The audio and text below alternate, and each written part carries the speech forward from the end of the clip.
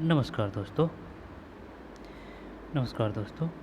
यह है सूजा से और 9 अक्टूबर की है। तो ये 9 तारीख पे मत जाना कि भाई ये 9 तारीख ये पुरानी वगैरह, नहीं नहीं। अपन में उसको वही फैक्ट देखना है जो परीक्षा की दृष्टि से इम्पोर्टेंट है। जैसे कि कोई योजना है, जैसे कि कोई यहाँ पर अभ्यारण्य है, यहाँ पर कोई इवेंट है ना। उसमें जो फैक्ट है उनको देखना है, और वो कभी पुराने नहीं पड़ते हैं। वो सभी एग्ज़ामों के लिए समान दृष्टि से उपयोगी है। राजस्थान की जितनी भी, और करंट के लिए सूझे सबसे बेस्ट है। ठीक है ना, तो उनको ही देखने का वो करेंगे। ज़्यादा फालतू जो पर डे के हिसाब से संबंधित है उनको नहीं देखेंगे अपन। तो चलिए भैया शुरू करते हैं। ये 9 अक्टूबर की है, तो इसमें क्या क्या फैक्ट है जो एग्ज़ाम में क्वेश्चन बन सकते हैं। मोबाइल पशु चिकित्सा सेवा के लिए कॉल सेंटर का लोकार्पण। मोबाइल पशु चिकित्सा सेवा के लिए कॉल, देखते हैं इसमें पहले है ना कहाँ कहाँ से क्वेश्चन आ सकते हैं। जब वो पूछ सकता है भाई ये बताइए पशुपालन मंत्री का नाम क्या है, और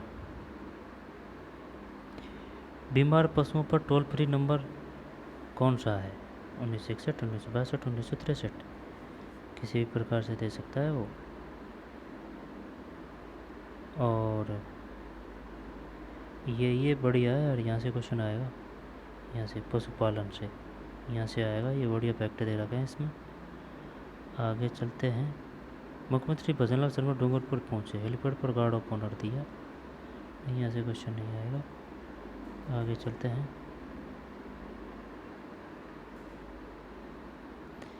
फिर निवेश की अपार संभावना है। ये प्री सबमिट, बस प्री सबमिट का यही आएगा कि ये बताइए ये कब आयोजित की जाएगी, और ये मौसमी बीमारियों से संबंधित है, देख लेंगे इसको। फिर ये 26 ये तो नहीं आएगा है ना। इसके बाद में ये अनुसूचित जाति है ना, इससे क्वेश्चन आ सकता है, इसको अच्छी तरह से देखेंगे। ये योजना है, ये अनुसूचित जनजाति उत्तर मैट्रिक छात्रवृत्ति योजना। तो बताइए इसमें से निम्न में कौन से कथन सत्य हैं। यहाँ पर अनुसूचित जनजाति उत्तर मैट्रिक छात्रवृत्ति योजना से संबंधित है। और क्या बस हो गया, और क्या है। तो चलिए देखते हैं, पहला लेते हैं। सरकार पशुओं तथा पशुपालकों के विकास के प्रति कृत संकल्पित। पशुपालन मंत्री किधर से है, ये इधर है ना। पशुपालन गोपालन डेयरी और देवस्थान मंत्री श्री जोराराम कुमावत। ये कैसे याद किया है, अगर वो क्वेश्चन पूछेगा वो ये पूछेगा ये बताइए पशुपालन और गोपालन डेयरी और देवस्थान मंत्री कौन है। जो पशुपालन से याद कर रखा है कि भाई पशुओं में जोर होता है, जोर यानी कि बल, तो बल यानी कि जोर पावर, तो जोर होता है, जोर से जोराराम पशुपालन है ना। जोराराम पशुपालन विभाग का कौन है, जोराराम, जोराराम। और गाँवों में कहते भी जैसे कोई रस्सा खींचने लगा जोर, जोर लगा के खींच, जोर जोर, तो जोराराम हो गया, कोई दिक्कत नहीं है। देवस्थान मंत्री श्री है ना, जब पशुपालन विभाग भी उनके पास में, गोपालन भी है, डेयरी भी है, ठीक है ना। 3 डिपार्टमेंट आ गया, और एक देवस्थान है। पशुपालन, गोपालन, डेयरी, देवस्थान। श्री जोराराम कुमावत कौन से हैं, ये है जोराराम।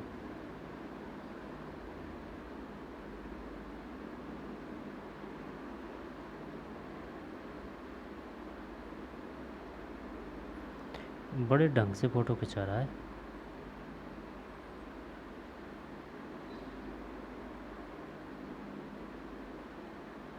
जब जोराराम कौन सा है, जोराराम यही है, हाँ यही है ये, और मंत्री है कोई।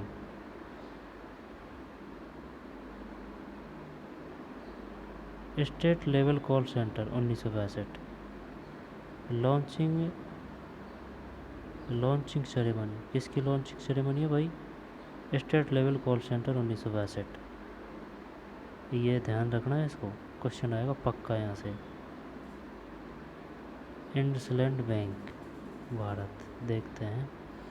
श्री कुमावत बुधवार को आगरा रोड स्थित राजस्थान राज्य पशुधन प्रबंधन एवं प्रशिक्षण संस्थान में आयोजित मोबाइल वेटरिनरी इकाइयों के लिए कॉल सेंटर के लोकार्पण कार्यक्रम में मुख्य अतिथि के रूप में बोल रहे थे।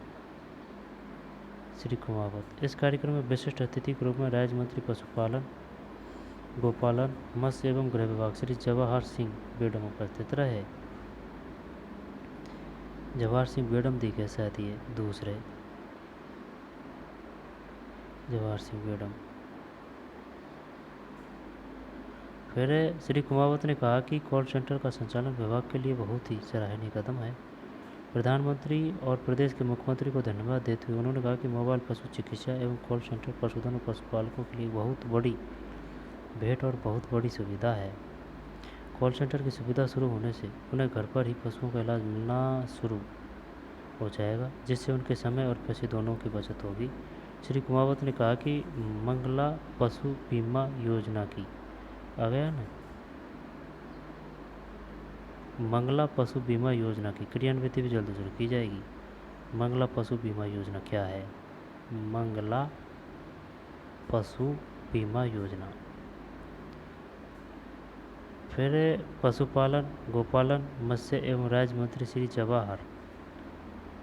जवाहर सिंह बेडम ने कहा कि किसानों की आर्थिक स्थिति को मजबूत करने का एक जरिया पशुपालन है। पशुपालन के माध्यम से हमारे ग्रामीण क्षेत्र की अर्थव्यवस्था नियमित रहती है।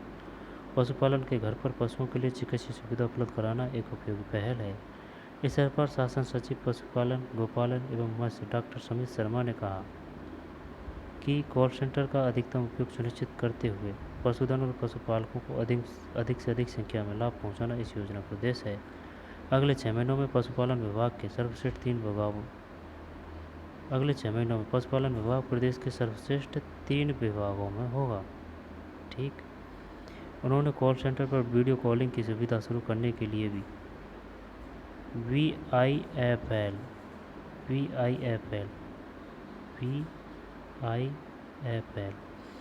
VIFL के अधिकारियों को सुझाव दिया। पशुपालन विभाग के निदेशक डॉक्टर भवानी सिंह राठौड़ ने कहा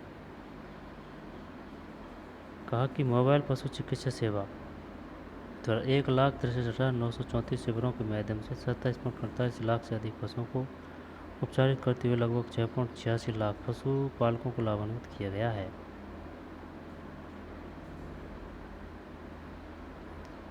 पशुपालन विभाग द्वारा बुधवार को ये अलग है ना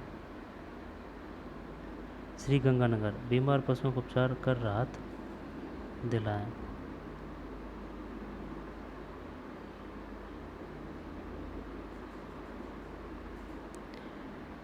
पशुपालन विभाग द्वारा बुधवार को प्रदेश स्तर पर संचालित एकीकृत कॉल सेंटर की शुरुआत की गई। किसकी शुरुआत की गई? एकीकृत कॉल सेंटर की। किस विभाग ने करी? पशुपालन विभाग ने। पशुपालन बीमार पशुओं की टोल फ्री नंबर 1962 पर सूचना देकर निःशुल्क उपचार प्राप्त कर सकेंगे। पशुपालन विभाग की ओर से संचालित मोबाइल बैटरी यूनिट मौके पर पहुंचकर बीमार पशुओं का उपचार करेगी। जिला कलेक्टर डॉक्टर मंजू ने मोबाइल वेटरनरी यूनिट का अवलोकन कर बीमार पशुओं को उपचार कर उन्हें राहत देने के निर्देश दिए। पशुपालन विभाग के संयुक्त निदेशक डॉक्टर नरेश गुप्ता ने एकीकृत कॉल सेंटर और मोबाइल वेटरनरी यूनिट की जानकारी देते हुए बताया कि मुख्यमंत्री की संवेदनशीलता से बीमार पशुधन का निःशुल्क उपचार हो सकेगा। खुशहाल पशुपालक समृद्ध राजस्थान के तहत पशुओं का घर पर ही निःशुल्क उपचार के लिए मोबाइल वेटरनरी यूनिट की शुरुआत की गई है। मोबाइल वेटरनरी यूनिट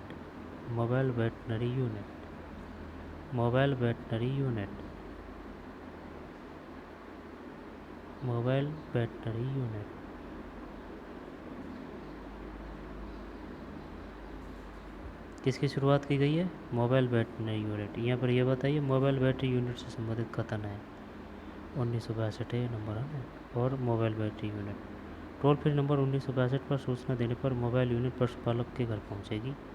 जिले में 13 मोबाइल बैटरी यूनिट संचालित हो रही है। कितनी हो रही है? जिले में 13, जिनका संचालन कॉल सेंटर नंबर 1962 पर प्राप्त सूचना के जरिए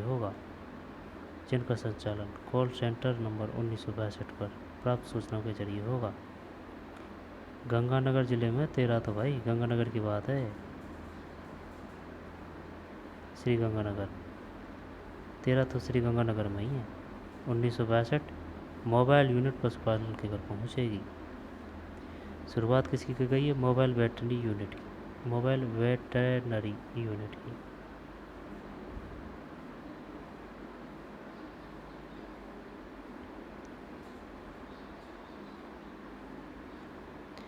state level call centre 1962 launching ceremony.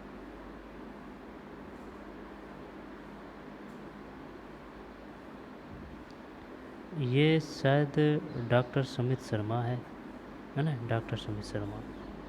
और ये कर्रा जी हो, ये जोरावर हो गए। और ये वो है दूसरा का नाम क्या है? श्री बेडम, पशुपालन गोपालन मत्स्य एवं गृह राज्य मंत्री श्री जवाहर सिंह बेडम। ये जवाहर सिंह बेडम है भाई, जवाहर सिंह बेडम है ये।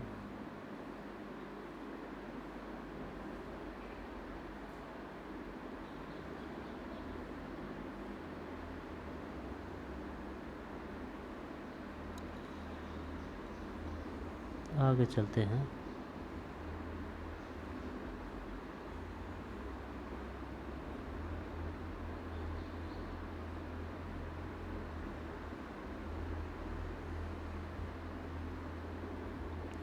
राज्य राजस्थान पर्यटन समिट करीब 14,000 करोड़ रुपए का निवेश होगा। 14,000 करोड़। कितने का निवेश होगा भाई? 14,000 करोड़ है। संख्या पूछ लेता है कभी कभी वो। राजस्थान विश्व प्रसिद्ध पर्यटन केंद्र, निवेश की अपार संभावना है। मुख्यमंत्री।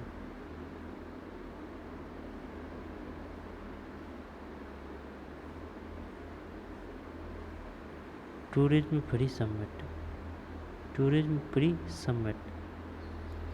देखते हैं इसमें क्या है। धार्मिक और सांस्कृतिक पर्यटन की अपार संभावना है। मुख्यमंत्री श्री भजनलाल शर्मा ने मंगलवार को जयपुर स्थित होटल ललित में आयोजित राइजिंग राजस्थान पर्यटन प्री समिट को संबोधित करते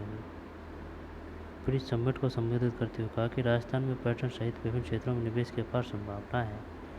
प्री समिट हो रही है राइजिंग राजस्थान पर्यटन प्री समिट को। श्री शर्मा ने कहा कि इस समिट में पर्यटन क्षेत्र में 142 निवेश प्रस्तावों के MOU से प्रदेश में 142 निवेश प्रस्तावों के MOU से प्रदेश में लगभग 14,000 करोड़ रुपयों का निवेश होगा। कितने MOU भाई? 142। कितने रुपए?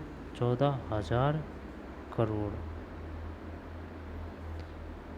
इससे राज्य में 63,000 प्रत्यक्ष और 60 लाख से अधिक अप्रत्यक्ष रोजगार व 10 लाख से अधिक अप्रत्यक्ष रोजगार का अवसर पैदा होंगे। राज्य सरकार निवेशकों को हर संभव सुविधाएं और रियायत उपलब्ध करवाने के लिए प्रतिबद्ध है।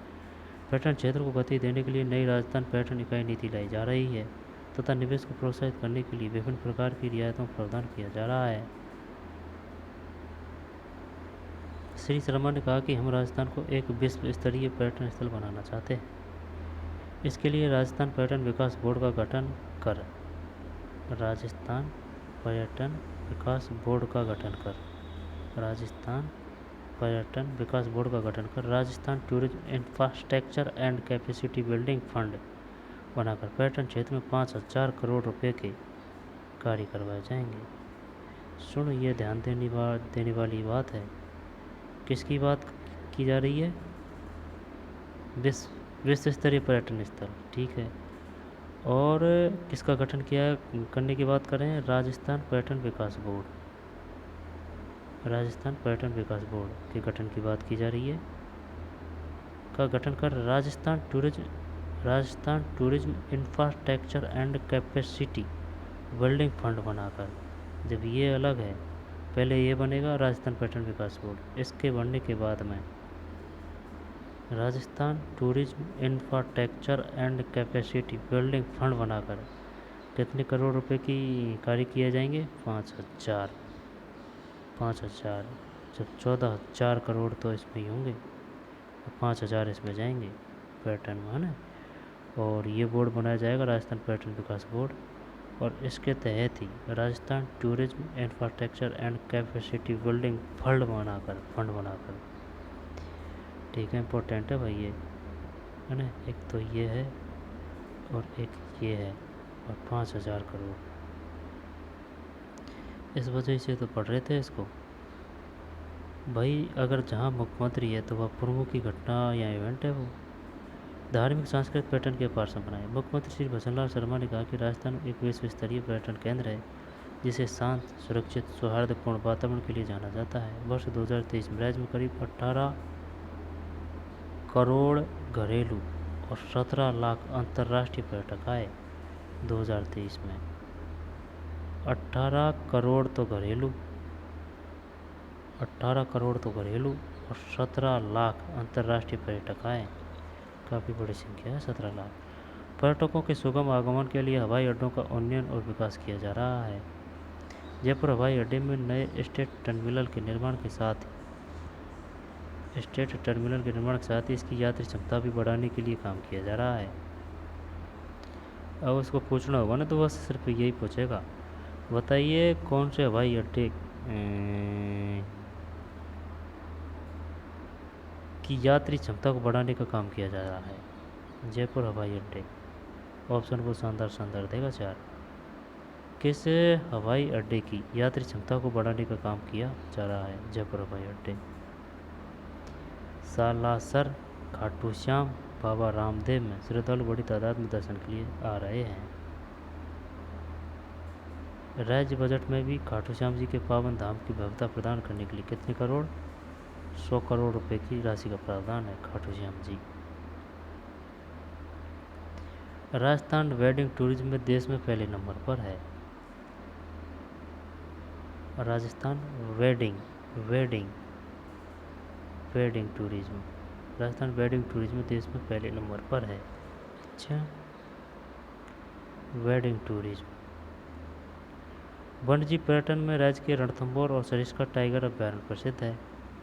हाल ही में जयपुर में नाहरगढ़ टाइगर सफारी की शुरुआत भी की गई है। सही है, पढ़ा था ये अपन।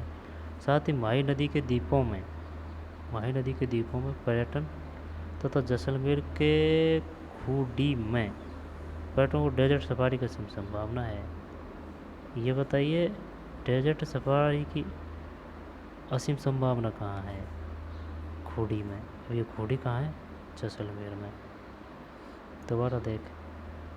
साथ ही माही नदी के द्वीपों में द्वीप पर्यटन है ना, माही नदी के द्वीपों में तथा जैसलमेर के खूडी में पर्यटकों को डेजर्ट सफारी की असीम संभावना है। खूडी क्यों चर्चा में है? डेजर्ट सफारी के लिए। और द्वीप पर्यटन के लिए कौन सी नदी चर्चा में है? माही, जैसलमेर, खूडी है ना। प्रदेश फिल्म शूटिंग के लिए भी उपयुक्त है। इसके बाद में पूर्वी राजस्थान के लिए ERCP के साथ ही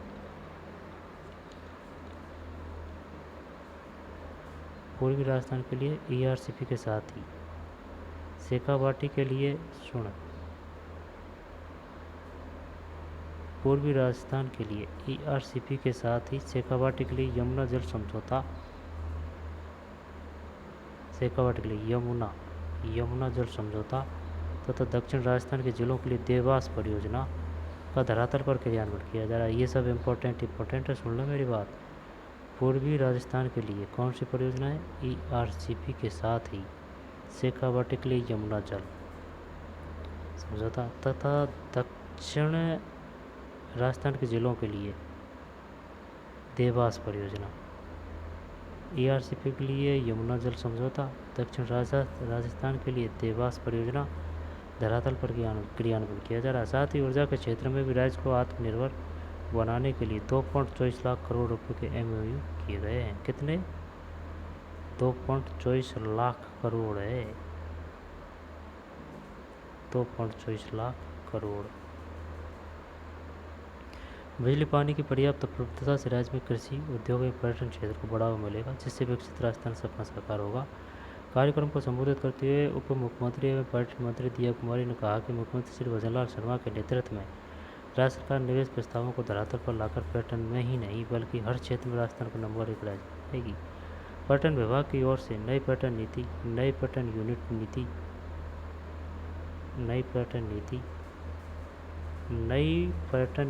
नीति, ग्रामीण पर्यटन नीति, फिल्म पर्यटन नीति लागू की जाएगी, जिससे राजस्थान पर्यटन के क्षेत्र में नई संभावनाएं और अवसर पैदा होंगे। कौन कौन सी नीति की बात आ रही है? नई पर्यटन नीति, नई पर्यटन यूनिट नीति, ग्रामीण पर्यटन नीति, फिल्म पर्यटन नीति। आगामी मार्च में जयपुर में आईफा 2025 का ऐतिहासिक आयोजन किया जाएगा, जो कि पर्यटन के नए खोलेगा। अब ये बढ़ गया एक क्वेश्चन, ये बताइए आईफा 2025 का आयोजन कहाँ किया जाएगा? मार्च में जयपुर में आईफा 2025 का। ठीक, ये हो गया। इसमें काफ़ी फैक्ट है भाई।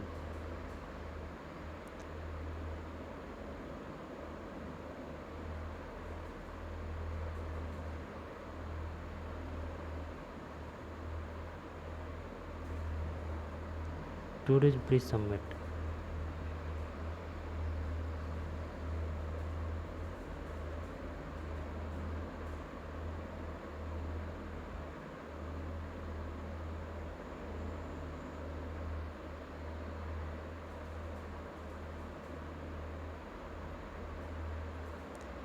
देख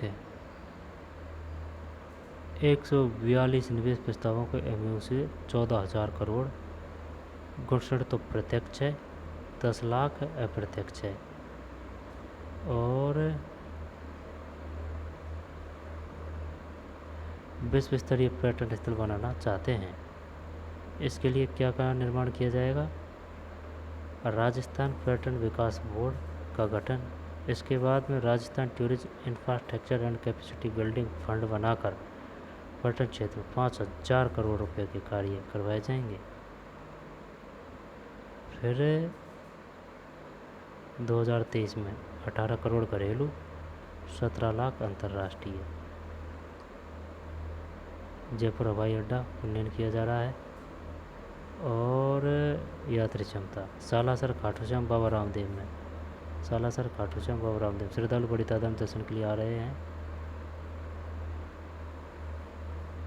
7 अरब से 2024 में, ये नहीं पढ़ा अपन, 7 अरब से 2024 में स्टैंडर्ड सर्विस पैकेज के तहत इंसेंटिव के लिए पर्यटन के लिए निवेश की न्यूनतम सीमा 50 करोड़ रुपए से, ये इंपॉर्टेंट है, 50 करोड़ रुपए से घटाकर 10 करोड़ कर दी गई है। 7 ही अरब से 2024 में स्टैंडर्ड सर्विसेज पैकेज के तहत इंसेंटिव के लिए पर्यटन के लिए निवेश की न्यूनतम सीमा 50 करोड़ रुपए से घटाकर 10 करोड़ रुपए कर दी गई है। श्री शर्मा ने निवेशकों से आह्वान किया कि वे राजस्थान में अधिक से अधिक निवेश करें। राज्य सरकार हर कदम पर उनका सहयोग करने के लिए तैयार है। पर्यटन क्षेत्र में कम निवेश पर अधिक लाभ मिलता है और यह क्षेत्र रोजगार का भी बड़ा सृजक है। दिल्ली और मुंबई इन्वेस्टर मीट में 12.5 लाख करोड़ रुपए से अधिक एमओयू पर हस्ताक्षर किए जा चुके हैं। इन्वेस्टर मीट में दिल्ली और मुंबई इन्वेस्टर मीट 12.5 लाख करोड़ रुपए से अधिक के। जापान और कोरिया में भी हमें राजस्थान में निवेश को लेकर बहुत उत्साह देखने को मिला। जापान और कोरिया में दिल्ली और मुंबई इन्वेस्टर मीट में 12.5 लाख करोड़ रुपए से अधिक। और प्रदेश फिल्म शूटिंग के लिए माही नदी के द्वीपों में द्वीप पर्यटन, और डेजर्ट के लिए जैसलमेर खूड़ी में, और नायागढ़ में टाइगर सफारी, और लॉयन सफारी पहले से ही है इसमें, सरिस्का और रणथंभौर। राजस्थान वेल्डिंग टूरिज्म में पहले नंबर पर है। किस में है? वेल्डिंग टूरिज्म, 100 करोड़ रुपए। ERCP ऊर्जा क्षेत्र 2.24 लाख करोड़। बिजली पानी, फिर पर्यटन विभाग की ओर से नई पर्यटन नीति, नई पर्यटन यूनिट नीति, ग्रामीण पर्यटन नीति, फिल्म पर्यटन नीति। और आगामी मार्च 2025 में आईफा 2025 का ऐतिहासिक आयोजन किया जाएगा। अब नीचे तो है नहीं है, तो भाई ये हो गया है ना, प्री सबमिट है 14,000 करोड़ रुपये। और एमओयू कितने हुए हैं अब तक? 142, 14,000 करोड़ रुपये के निवेश। पत्रकार कल्याण के लिए प्रतिबद्ध मुख्यमंत्री। स्वतंत्र पत्रकारों के अधिस्वीकरण की पात्रता में छूट की अधिसूचना जारी। श्री भजनलाल शर्मा की पत्रकार कल्याण और उनके सशक्तिकरण के लिए प्रतिबद्धता के तहत बुधवार को राज्य सरकार द्वारा स्वतंत्र पत्रकारों को अधिस्वीकरण की पात्रता में छूट दिए जाने की अधिसूचना जारी कर दी गई। राजस्थान प्रेस अधिनियम अधिस्वीकरण नियम 1995 संशोधन नियम 2024 के अनुसार अब स्वतंत्र पत्रकारों के अधिस्वीकरण की आयु सीमा एवं अनुभव में छूट देते हुए न्यूनतम पात्रता आयु 45 वर्ष तथा अनुभव 15 वर्ष निर्धारित किया गया है। 45 वर्ष और 15 वर्ष। संशोधन से पूर्व न्यूनतम आयु सीमा 50 वर्ष और 25 वर्ष निर्धारित थी। जब 50 का तो 45 कर दिया और 25 का 15 कर दिया। उल्लेखनीय है कि राज्य सरकार द्वारा पहले ही बजट में पत्रकार कल्याण को ध्यान में रखकर बजट घोषणा 2024 अधिस्वीकरण नियमों में स्वतंत्र पत्रकारों के लिए पात्रता में शिथिलता प्रदान की गई। ये काम का है। अनुसूचित जनजाति उत्तर मैट्रिक छात्रवृत्ति योजना। अनुसूचित जनजाति वर्ग के विद्यार्थियों को छात्रवृत्ति शीघ्र जारी होगी। राज्य के अनुसूचित जनजाति वर्ग के छात्र छात्राओं को छात्रवृत्ति के लिए अधिक इंतजार नहीं करना पड़ेगा। केंद्र सरकार ने 2022-23 और वर्ष 2023-24 के लिए अनुसूचित जनजाति उत्तर मैट्रिक छात्रवृत्ति योजना के तहत बकाया हिस्सा जारी करने के आदेश कर दिए हैं। सामाजिक न्याय एवं अधिकारिता मंत्री श्री अविनाश गहलोत ने बताया केंद्र सरकार ने कुल इसमें डिटेल नहीं दे रखी यार, चल छोड़ ना। फिर मौसमी बीमारी की रोकथाम के लिए हर संभव प्रयास।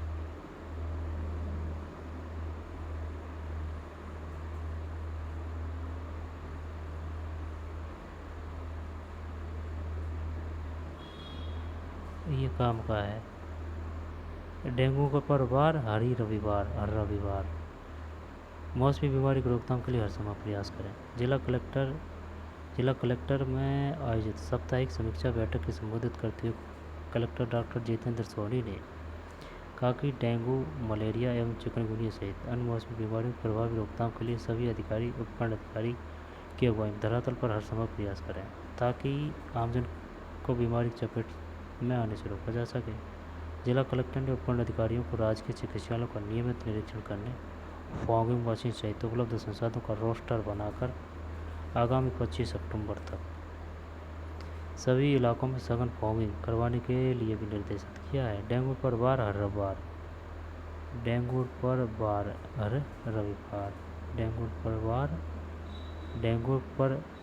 रविवार। ठीक है। जैसे अभियान को और भी प्रभावी ढंग से क्रियान्वित करने की आवश्यकता है। ब्लॉक मुख्य चिकित्सा अधिकारी, खंड विकास अधिकारी के साथ बेहतर समन्वय स्थापित कर क्षेत्र में साफ सफाई सुनिश्चित करें। डेंगू पर वार हर रविवार।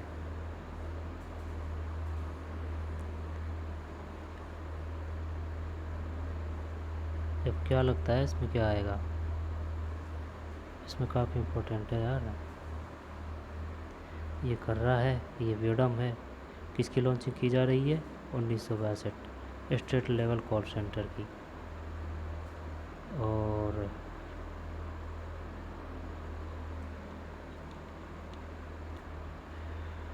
ठीक, तो इसमें से यहाँ से आ सकता है एक तो सरकार पशु तथा पशुपालकों के विकास के प्रति कर संकल्प पशुपालन मंत्री है ना, 1962 पूछेगा इसको। और फिर ये पूरा इम्पोर्टेंट है। 100 crore 1G pattern, Ranthambore tiger, Nahargarh tiger safari और माहीदीप पैटर्न, जैसलमेर घोड़ी है ना, सालासर, खाटू श्याम, बाबा रामदेव। और रिप्स 2024 में 50 करोड़ रुपए से घटाकर 10 करोड़। और दिल्ली और मुंबई इन्वेस्टमेंट में 12.5 लाख करोड़ से अधिक। इसके बाद में ये 50 का 45 और 25 का 15 कर दिया पत्रकारों के लिए है ना। तो चलिए, और ये डेंगू पर वार हर बार, ये जयपुर है। तो मिलते हैं नई वीडियो में। धन्यवाद।